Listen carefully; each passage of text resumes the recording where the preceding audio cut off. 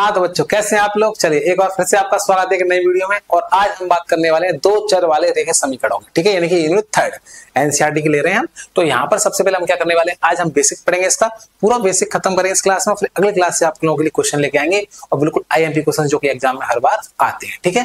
तो चलो देरी ना करते हुए क्लास को स्टार्ट करते हैं। अगर आप चैनल पर पहली बार है तो चैनल को सब्सक्राइब करना बिल्कुल भी ना भूलें। चलिए, तो दो चर वाले रेखीय समीकरण, इसका मतलब क्या है भाई, यहाँ पर दो चर वाले रेखीय समीकरण, देखो दो चर हैं, यहाँ पर चर भी दो हैं और समीकरण भी दो हैं, ठीक है। रेखिक का मतलब क्या होता है, जो वेरिएबल्स होते हैं हमारे, जो चर होते हैं उनकी घात क्या होती है, एक। नहीं समझ में आया, चलो समझाते हैं। थोड़ा एक पेज लेते हैं खाली, ठीक है, इस पर थोड़ा सा चर्चा करते हैं। यहाँ पर देखो, ऐसे मान लो एक इक्वेशन दी हुई है, ठीक है, इक्वेशन से हम समझते हैं, ये दिया हुआ है। अब इस क्वेश्चन आपकी इक्वेशन इस टाइप से रहेगी। तो यहाँ पर जो कांस्टेंट है 2, 3 और 5, ये हमारे क्या है, कांस्टेंट नंबर है, ये हमारे क्या है, कांस्टेंट नंबर है, ठीक है। और जो x एंड y है ये हमारे हैं चर, यानी कि वेरिएबल, जिसको हम क्या बोलते हैं, चर। क्या बोलते हैं, चर। चरने नहीं जाएंगे, चर। चर क्या बोलते हैं इनको, चर, यानी कि वेरिएबल। इनकी वैल्यू क्या है, कांस्टेंट नहीं होती है, यानी कि वेरिएबल की वैल्यू बदलती रहती है अकॉर्डिंग टू क्वेश्चन, ठीक है। तो भाई यहाँ पर ये क्या है, चर है, इसलिए नाम बोल रहे हैं चर। और इनको बोलते हैं अचर। क्या बोलते हैं, अचर, क्योंकि ये कांस्टेंट है, ये चरते नहीं है, ये एक जगह ही स्थिर रहते हैं, मतलब ये चरते नहीं है, एक जगह क्या रहते हैं, स्थिर रहते हैं। तो इनको क्या बोलते हैं, अचर, यानी कि कांस्टेंट। नाम सुना होगा आपने, इंग्लिश में क्या बोलते हैं, कांस्टेंट। ये चरते रहते हैं, यहाँ से वहां, यहाँ से बदलते रहते हैं। चरते रहते हैं मतलब बदलते रहते हैं, यहाँ से यहाँ, मतलब इनकी वैल्यू बदलती रहती है। क्या बोलते हैं इसको, वेरिएबल्स बोलते हैं, ठीक है भाई। तो ये तो बात हुई दो चर। अब क्वेश्चन जो हमारा यहाँ पर रहेगा, जो क्वेश्चन रहेंगे ना, उनमें दो चर रहेंगे, एक एक्स और एक वाई, एस टी पी की कुछ भी हो सकते हैं चर, तो लेकिन दो चर रहेंगे, इसलिए इसका नाम क्या है, दो चर। अब बात करते हैं रेखिक का मतलब क्या है भाई। रेखिक का मतलब क्या है भाई, रेखिक का मतलब होता है जो चर है हमारे, यानी यहाँ पर कौन से चर है, एक्स और वाई। थोड़ा पानी देना, एक्स और वाई। तो एक्स और वाई की वैल्यू, इनकी जो पावर है, इनकी जो घात है, अगर वो घात एक होती है तो इन्हें क्या बोलती है, रेखिक। क्या बोलते हैं, रेखिक। अगर घात दो होती है बोलते हैं द्विघात, यानी कि वर्ग, ठीक है। अगर घात 3 होगी तो त्रिघात, ठीक है। बात समझ गए। मतलब कहने का जो है, जो चर है हमारे एक्स और वाई, इनकी अगर घात एक है तो क्या बोले इनको, रेखिक समीकरण। क्या बोलते हैं, रेखिक समीकरण, यानी कि दो चर वाले, क्योंकि दो चर हैं। और रेखिक क्यों, क्योंकि घात इनकी एक है। अगर घात दो हुई तो द्विघात, घात 3 है तो त्रिघात समीकरण। इक्वल में है, जीरो लगता है, संख्या है, तो इसलिए क्या बोलते हैं इसको, समीकरण बोलते हैं, ठीक है। तो बात क्लियर हो गई। अब इनको हल करने की विधि है। यहाँ पर क्या होगा, दो चर वाले जो दो समीकरण हैं, इनको हमें हल भी करना है। अब हल करना है तो हल कैसे करना है भाई, जैसे मान लो कमरे में आप बैठे, इस कमरे में 3 गेट है। अगर कमरे में 3 गेट है, आपसे बोले भाई बाहर जाओ, तो आप कोई से गेट से बाहर जा सकते हो। आपसे बोला इन समीकरण को हल करो, तो आप कोई से विधि से हल कर सकते हो। लेकिन आपसे बोला भाई गेट नंबर 1 से बाहर जाओ, तो आपको गेट नंबर 1 से बाहर जाना पड़ेगा ना। सेम ऐसे यहाँ पर कंडीशन है। यहाँ पर क्या है, इनको हल करने की विधि तो बहुत सारी है।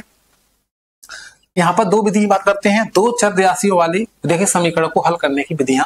पहली विधि हमारी है बीजगणितीय विधि, दूसरी हमारी है आलेखी विधि, ठीक है। बीजगणित में आपकी 3 विधि आती है, प्रतिस्थापन विधि, विलोपन विधि और तीसरी हमारी कौन सी है, बीजगणन विधि। तीनों ही बहुत आईएमपी विधि है, लेकिन प्रतिस्थापन विलोपन is very very IMP Vidhi methods, ठीक है। मतलब इनमें एग्जाम में क्वेश्चन पक्का एक आता ही है, ठीक है। चलो क्लियर बात हो गई यहाँ तक। अब बात ये आती है कि सर हमें कौन सी मेथड अच्छी से करनी है, कौन सी एग्जाम में किससे करना है। भाई एग्जाम में अगर ये लिख के आता है कि दोनों समीकरण को हल कीजिए, सिर्फ हल कीजिए, कोई विधि का नाम ही नहीं है।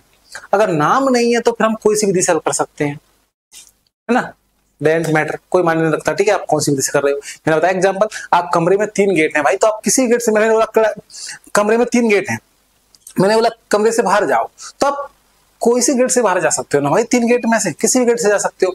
बट मैं आपसे बोल दूं गेट नंबर 1 से बाहर जाओ, तो 1 से जाना पड़ेगा, 2 से बाहर जाओ, 2 से, ऐसे ही यहाँ पर है। अगर वो विधि का नाम बोलते हैं कि दोनों समीकरण को प्रतिस्थापन विधि से हल कीजिए, तो फिर आपको प्रतिस्थापन विधि से ही हल करना पड़ेगा। वो चेक करते हैं कि आपको विधि आती है कि नहीं आती। वो आपसे कहेंगे कि विलोपन विधि से हल कीजिए, तो फिर आपको विलोपन विधि से ही हल करना पड़ेगा।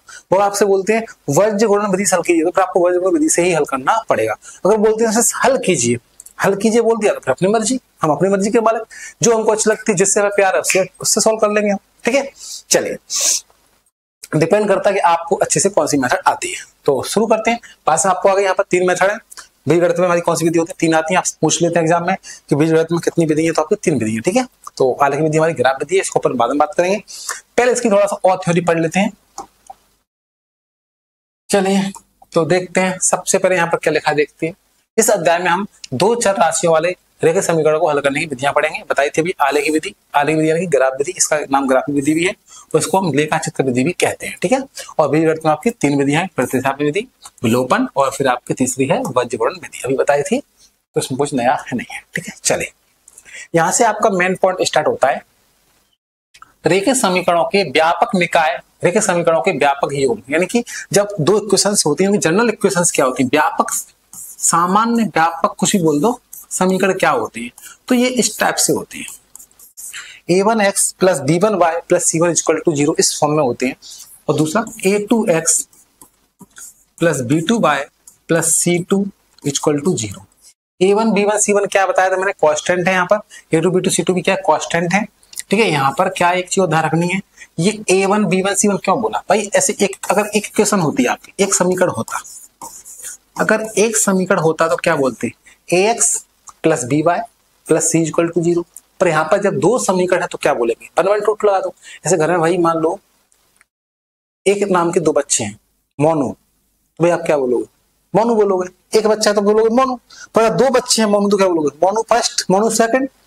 तो ऐसे यहाँ पर है, अगर एक समीकरण तो कोई दिक्कत नहीं है, ax plus by plus c equal to 0। ठीक है, दो समीकरण है तो क्या लगा दो, पहले 1 1 लगा दो, a1 b1 c1, दूसरे में 2 लगा दो, a2 b2 c2। ये हमारी जनरल इक्वेशन हमने मान ली। अब यहाँ पर सिर्फ संख्या चेंज होंगी आपकी, एग्जाम में क्वेश्चन आएगा संख्या आएंगी, तो जनरल इक्वेशन मानेंगे, इस फॉर्म में होता है, इस फॉर्म में। फॉर्म समझ गए ना भाई, फॉर्म का मतलब क्या, जनरल का मतलब क्या होता है, व्यापक का मतलब क्या होता है। ऐसे भाई आपसे बोलेगा भाई आदमी कैसा होता है, बोलो आप, आदमी के सिर होता है, दो आंखें होती है, एक नाक होती है ना, मुंह होता है भाई, कान होते हैं, बाल होते हैं, यहाँ पर दो पैर होते हैं, ठीक है। ऐसे तो बोलोगे भाई ये बन गया भाई आदमी। अब ये तो आदमी का भाई आपने बयान दे दिया कि जनरल तो आदमी ऐसे ही होता है ना भाई। अब कोई छोटा हो सकता है, बड़ा हो सकता है, कोई सी नाक लंबी हो सकती है, किसी का कान लंबा हो सकता है, ठीक है भाई, किसी का मुंह लंबा हो सकता है, किसी का छोटा हो सकता है, किसी के पैर लंबे हो सकते हैं, ठीक है। ये सब बात समझ आपको आ गई होगी। इसके बाद हम बात करते हैं, कुछ यहाँ पर 3 कंडीशंस हैं, वो हम थोड़ा पढ़ लेते हैं। वैसे क्वेश्चन करेंगे हम तब भी कर सकते हैं चीजों को, अभी जरूर नहीं थी, बट अब बेसिक पढ़ रहे हैं तो फिर बेसिक हम थोड़ा खत्म ही कर लेते हैं अच्छे से, इसके बाद हम क्वेश्चन लेके अच्छे से आ जाएंगे। चलिए, तो पहली कंडीशन है, यदि निकाय का एक और केवल एक ही हल होगा, अर्थात निकाय एक अद्वितीय हल होगा, निकाय प्रतिच्छेदी निकाय प्रदर्शित करता है तथा निकाय संगत होता है, यदि a1 अपॉन e, बहुत छोटा लिखा है इसमें, यदि a1 upon a2 not equal to b1 upon b2। Simple सा देखो यहाँ पर भाई आपकी दो इक्वेशन दी गई हैं, a1x plus b1y plus c1 equal to 0, a2x plus b2y plus c2 equal to 0। हम a1 में डिवाइड करेंगे a2 का और b1 में डिवाइड करेंगे b2 का और c1 में करेंगे c2 का।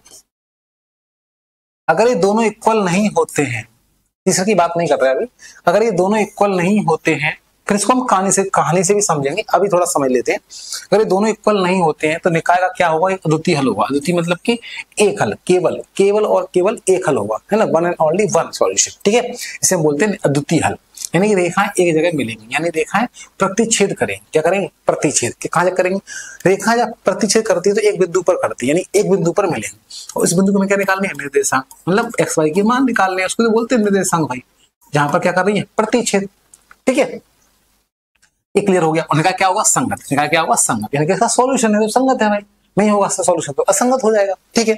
तो ये आपको ध्यान रखना है कि अगर a1 upon a2 not equal to b1 upon b2, यानी समीकरण में क्या करेंगे, a1 में a2 का भाग देंगे, b1 में b2 का भाग देंगे, और ये दोनों बराबर नहीं आते हैं, नॉट इक्वल बराबर नहीं आते हैं, क्या बोले, निकाय संगत है, यानी कि अद्वितीय हल है इसका। और रेखा क्या है, रेखा प्रतिच्छेद कर रही है, एक बिंदु पर मिल रही है, एक बिंदु पर मिल रही है तो एक सॉल्यूशन है इसका, एक हल है, वो एक हल है, उसको मान निकालना है, तो उसको मान निकालने के लिए जो सूत्र है वो हमारा क्या होगा, वो हमारा सूत्र हो जाएगा ये x इक्वल टू, ये याद लो ये वाला, ठीक है।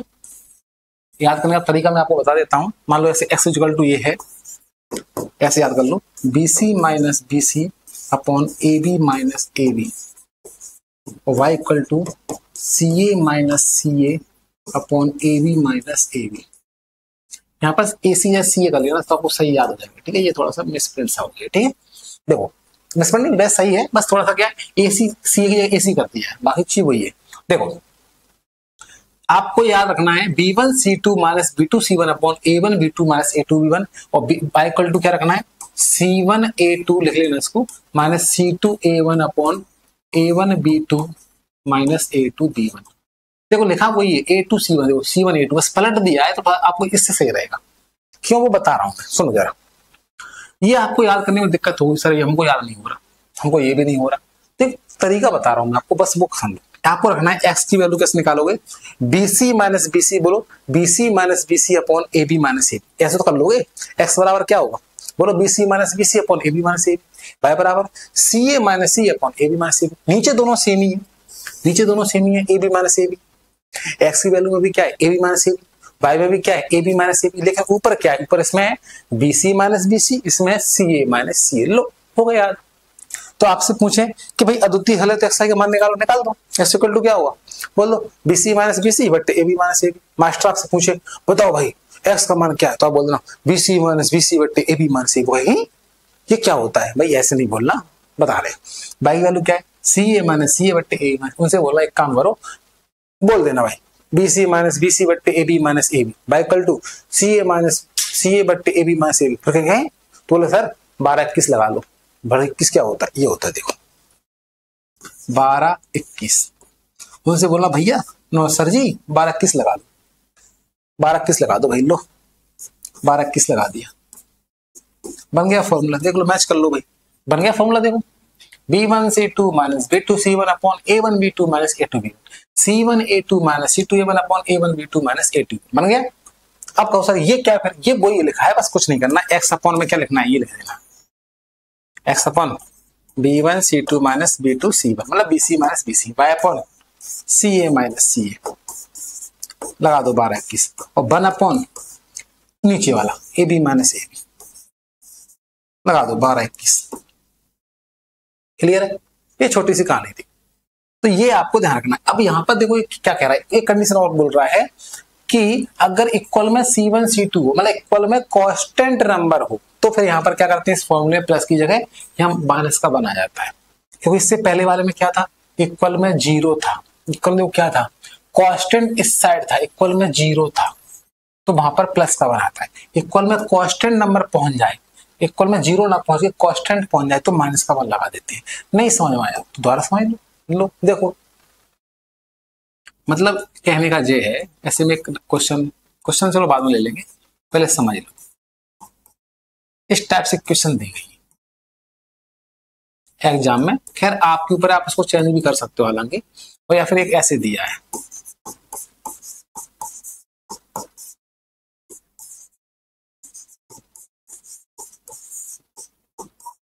ऐसे, देखो तो इसके लिए क्या करोगे 1 upon BC x upon BC minus BC by upon CA minus CA और यहाँ पर 1 अपॉन AB माइनस AB।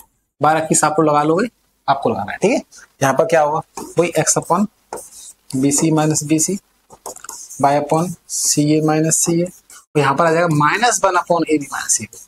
बस इतना सा फर्क है, यहाँ पर माइनस बन जाएगा, -1 कर देना।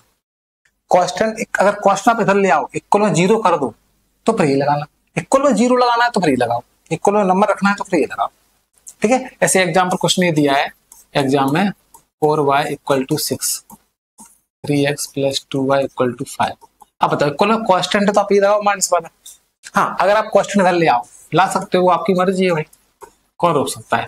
आपने इक्वल में 0 कर लिया, आप कर सकते हो अपने मन से 0, नहीं करना हो तो बता रहा हूं मैं। अगर इक्वल 0 कर लिया तो आप ऊपर लगाओ, 0 नहीं करना है तो नीचे वाला लगा दो, डिपेंड आपके ऊपर करता है भाई आपको कांस्टेंट नंबर सामने रखना है कि नहीं रखना है, ठीक है। तो बहुत सिंपल तरीका है, ये कोई बताता नहीं है, मैंने आपको बता दिया, ठीक है। दूसरी कंडीशन हमारी क्या है कि निकाय का कोई भी हल नहीं होगा, अर्थात निकाय समांतर रेखाएं दर्शाएगा, निकाय का क्या ये कंडीशन हो। देखो सिंपल से 3 कंडीशन मैं आपको बता देता हूँ, सिंपल यहाँ देख लो, वहां तो फिर पढ़ ही लोगे आप लोग। A1 upon A2 not equal to B1 upon B2। अगर इक्वल नहीं है निकाय का कोई हल, निकाय का अद्वितीय हल होता है। कौन सा होता है, अद्वितीय हल। अद्वितीय मतलब एक और केवल एक हल होता है, ठीक है। दूसरी कंडीशन है A1 upon A2 equal to B1 upon B2 equal to not equal to C1 upon C2। मतलब A1 A2 बराबर है B1 अपन B2 बराबर नहीं है C1 अपन C2। तो क्या होगा, कोई हल नहीं होगा, कोई हल नहीं होगा। और तीसरी है, अगर तीनों इक्वल हो A1 अपॉन A2 बराबर B1 अपॉन B2 बराबर C1 अपॉन C2, तो फिर क्या होंगे, अनंत अनेक हल होंगे, अनंत अनेक हल होंगे। लिखा है यहाँ पर अनंत अनेक हल होंगे, रेखाएं समांती संपाती होंगी, मतलब एक के ऊपर एक रेखाएं होंगी, ठीक है। और ये कंडीशन हमारी आ जाएगी। अब बात यहाँ पर समझते हैं, हम थोड़ा सा कहानी से समझते हैं। कहानी से, मान लो तीन दोस्त हैं, तीनों दोस्तों में लड़ाई चल रही है, ठीक है, तीन दोस्तों के साथ लड़ाई चल रही है। तो पहले भाई हमने चेक किया ए और बी दोनों मिल सकते हैं क्या, उन्होंने करना हम नहीं मिलेंगे भाई, हम बराबर नहीं है। ए बी ने कहा हम बराबर नहीं है, तो भाई क्या हुआ, बोला एक हल होगा इसका, सिर्फ एक सॉल्यूशन। बाद में क्या हुआ, दोनों दोस्ती हो गई, ए बी दोनों बराबर हो गए, दोनों क्या हो गए बराबर। लेकिन सी गुस्सा था, बोल ना हम नहीं मिलेंगे भैया, तुम मिल गए तो क्या हम तो नहीं मिलेंगे। तो सी गुस्सा था, मतलब दोनों बराबर है लेकिन सी बराबर नहीं है, तो कोई सॉल्यूशन नहीं है। यहाँ पर एक हल था, यहाँ पर कोई हल नहीं है भाई। फिर बाद में क्या, सी को बना लिया गया, तीनों ही बराबर हो गए, तो अनेक सॉल्यूशन है, मतलब तीनों साथ साथ घूम रहे हैं, एक के ऊपर एक हाथ डाल के भी कंधे पर कंधे हाथ डाल घूम रहे हैं भाई, मतलब ये हर जगह मिल रहे हैं, ये हर जगह मिल रहे हैं। तो मेनी सॉल्यूशंस, एक के ऊपर एक लाइन आ गई, एक लाइन है उसके ऊपर दूसरी आ गई, मतलब संपाती, मतलब क्या होता है एक के ऊपर एक, तो मेनी सॉल्यूशंस हो गए, ठीक है। अगर समांतर रेखाएं हैं मतलब कोई सॉल्यूशन नहीं, कहीं नहीं मिल रही तो नो सॉल्यूशन, ठीक है। और प्रच्छेद है तो मतलब ये जगह मिलेगी।